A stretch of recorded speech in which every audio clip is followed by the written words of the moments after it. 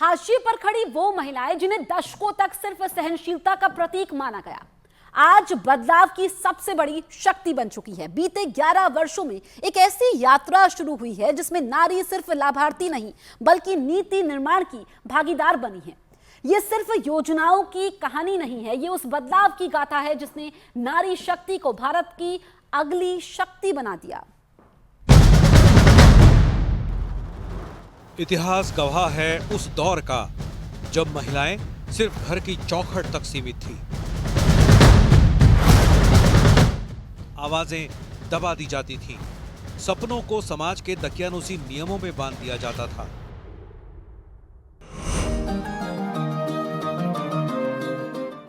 लेकिन पिछले 11 सालों में भारत की तस्वीर तेजी से बदली है।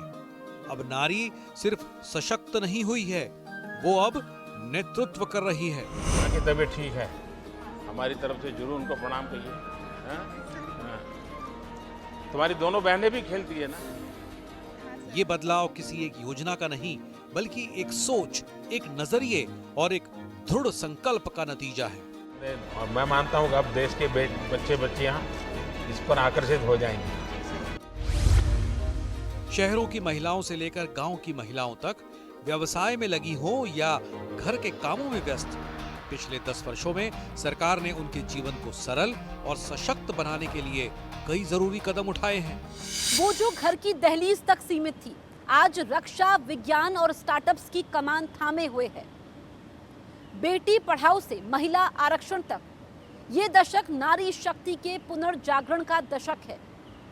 अब नारी सिर्फ सशक्त नहीं, निर्णायक भी है। ये मिशन शक्ति का ही कमाल है कि इन 11 सालों में महिलाओं के जीवन में अभूतपूर्व बदलाव आया है। नरेंद्र मोदी सरकार की इन्हीं कोशिशों की बदौलत सकारात्मक नतीजे भी साफ दिखाई देते हैं। लिंगानुपात में ऐतिहासिक सुधार। पहली बार जन्म के समय लिंगानुपात 1000 पुरुषों पर 1020 महिलाओं का दर्ज किया गया है। शिशु मृत्यु दर में गिरावट आई है और मातृ मृत्यु दर भी कम हुई है। 2011 से 2013 के बीच 1 लाख गर्भवती महिलाओं में 167 की जान चली जाती थी, लेकिन अब 2023 में ये आंकड़ा घटकर सिर्फ 80 रह गया है। यानी सरकार की महत्वाकांक्षी योजनाओं ने महिलाओं के जीवन पर सीधा और सटीक असर डाला है।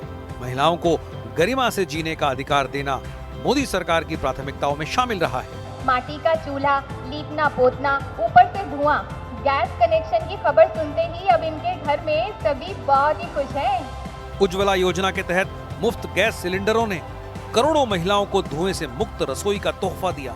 स्वच्छ भारत मिशन की बदौलत आज करोड़ों महिलाओं को अपने घर में शौचालय की सुविधा मिली है, जिससे उनका सम्मान और सुरक्षा दोनों हासिल हुए हैं। और जल जीवन मिशन ने उन्हें उस पीड़ा से आजादी दिलाई है जब पानी के लिए मीलों पैदल चलना उनकी मजबूरी हुआ करती थी। लेकिन महिलाओं का सशक्तिकरण सामाजिक ही नहीं, आर्थिक भी जरूरी है। इस दिशा में मोदी सरकार ने एक नया इतिहास रचा है।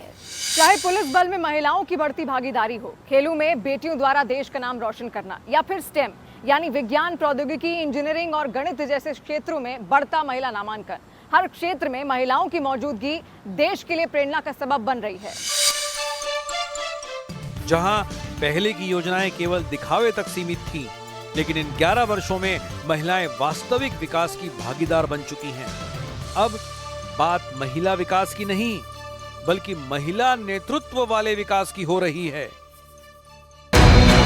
ऑपरेशन सिंदूर हमारी नारी शक्ति के सामर्थ्य का भी प्रतीक बना।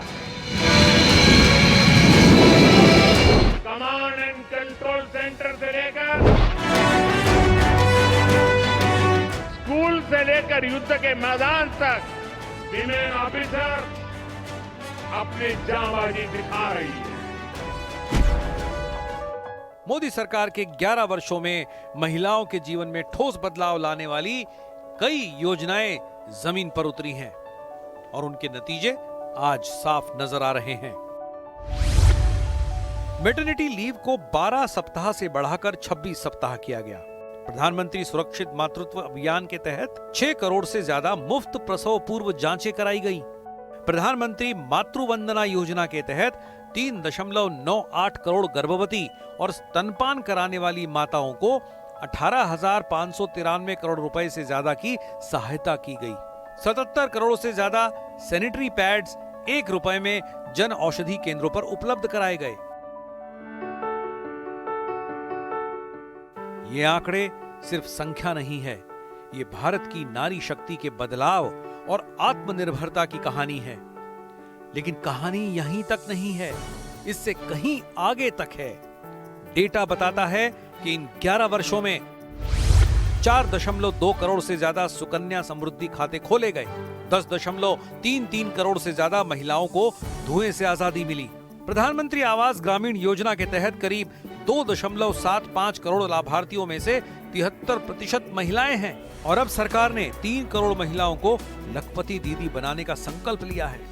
आपने नमो ड्रोन दीदी अभियान के बारे में जरूर सुना होगा।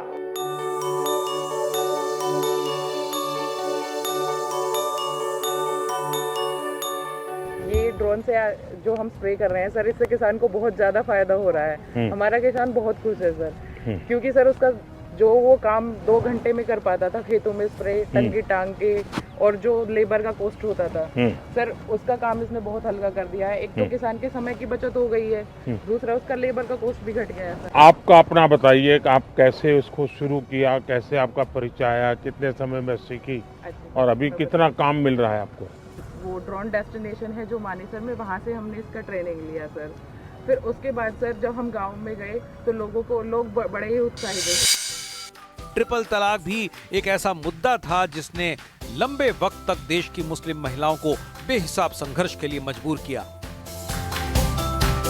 लेकिन नरेंद्र मोदी सरकार ने हालात बदल दिए। ट्रिपल तलाक कानून ने मुस्लिम महिलाओं को उस डर और शोषण से आजादी दिलाई जिससे वे वर्षों तक जूझती रहीं। अब हर मुस्लिम महिला अपने हक और सम्मान के साथ जी सकती है, खुलकर, बेखौफ। आज 3 तलाक के खिलाफ न सिर्फ कानून बन चुका है, बल्कि ये हजारों मुस्लिम बहनों की जिंदगी भी बचा रहा है। अनुच्छेद 35A के हटने से अब जम्मू कश्मीर की महिलाएं भी उन अधिकारों की हकदार बन चुकी हैं जिनसे उन्हें दशकों तक वंचित रखा गया। अब वहां की बेटियां भी संपत्ति, पहचान और निर्णय लेने में बराबरी के साथ खड़ी हैं। कभी ग्रामीण और अर्ध शहरी इलाकों की महिलाएं दिन का बड़ा हिस्सा पानी भरने, लकड़ी लाने और खुले में शौच जैसे कामों में गंवा देती थी। लेकिन बीते 11 साल में दुश्वारियों का ये दौर भी खत्म हुआ है। इसे ऐसे समझा जा सकता है कि आज देश में 15.6 करोड़ से ज्यादा घरों तक नल से जल पहुंचाया जा चुका है। 10.33 करोड़ से ज्यादा उज्ज्वला गैस कनेक्शन ने करोड़ों महिलाओं को धुएं से राहत दी है। स्वच्छ भारत मिशन के तहत बने 12 करोड़ से ज्यादा शौचालयों ने महिलाओं के सम्मान और सुरक्षा की जिम्मेदारी तय की है। आप जैसी दीदी का आशीर्वाद, आप जैसी मातृशक्ति का आशीर्वाद, वही मेरी सबसे बड़ी ताकत है। मैं जो कुछ भी काम कर सकता हूं, वो देश भर की आप जैसी माताएं, बहनें, उनके आशीर्वाद है, उसी से कर पा रहा हूं। क्या आप सोच सकते हैं, सिर्फ शौचालय की कमी के कारण लाखों बेटियां अपना स्कूल छोड़ने को मजबूर थीं, लेकिन अब ऐसा नहीं होता। स्वच्छ विद्यालय अभियान ने देश के लगभग 9.8 लाख सरकारी स्कूलों में लड़कियों के लिए अलग शौचालय बनाए हैं। अब बेटियां स्कूल में रुकती हैं। कभी महिलाओं का सेना में जाना एक सपना ही हुआ करता था, लेकिन अब महिलाएं तीनों सेनाओं में परमानेंट कमीशन पा रही हैं। आज जब देश की महिलाएं हर क्षेत्र में नेतृत्व कर रही हैं, तो नीति निर्माण में भी उनकी भागीदारी उतनी ही जरूरी है। वे सिर्फ योगदान ही न दें, बल्कि अहम भूमिका भी निभाएं। यही वजह है कि देश आज नारी शक्ति वंदन अधिनियम का उत्सव मना रहा है। लोकसभा और राज्य विधानसभाओं में अब महिलाओं को मिलेगा 33% आरक्षण। एससी और एसटी महिलाओं को भी आरक्षण के भीतर आरक्षण की सुविधा दी गई है। नारी शक्ति अब सीमाओं तक सीमित नहीं, बल्कि हर मोर्चे पर आगे बढ़ रही है। बेटियों के लिए सैनिक स्कूलों के दरवाजे भी खुल चुके हैं। नेशनल डिफेंस एकेडमी में महिलाएं मुकाम हासिल कर रही हैं। ये पहली बार हुआ है जब एलओसी पर राइफल विमेन की तैनाती की गई, जो अब सरहद की रखवाली भी कर रही हैं। इन 11 वर्षों में हुए क्रांतिकारी बदलाव की एक कहानी ये भी है कि दुनिया में सबसे ज्यादा महिला पायलट भारत में ही हैं। चंद्रयान 3 की ऐतिहासिक सफलता के पीछे 100 से ज्यादा महिलाओं की महत्वपूर्ण भूमिका रही। ये सिर्फ बदलाव नहीं, एक नई क्रांति है जिसमें हर भारतीय नारी एक प्रेरणा है, एक आंदोलन है। नारी शक्ति को मिली ये नई रफ्तार आने वाले भारत की सबसे बड़ी ताकत बनने जा रही है।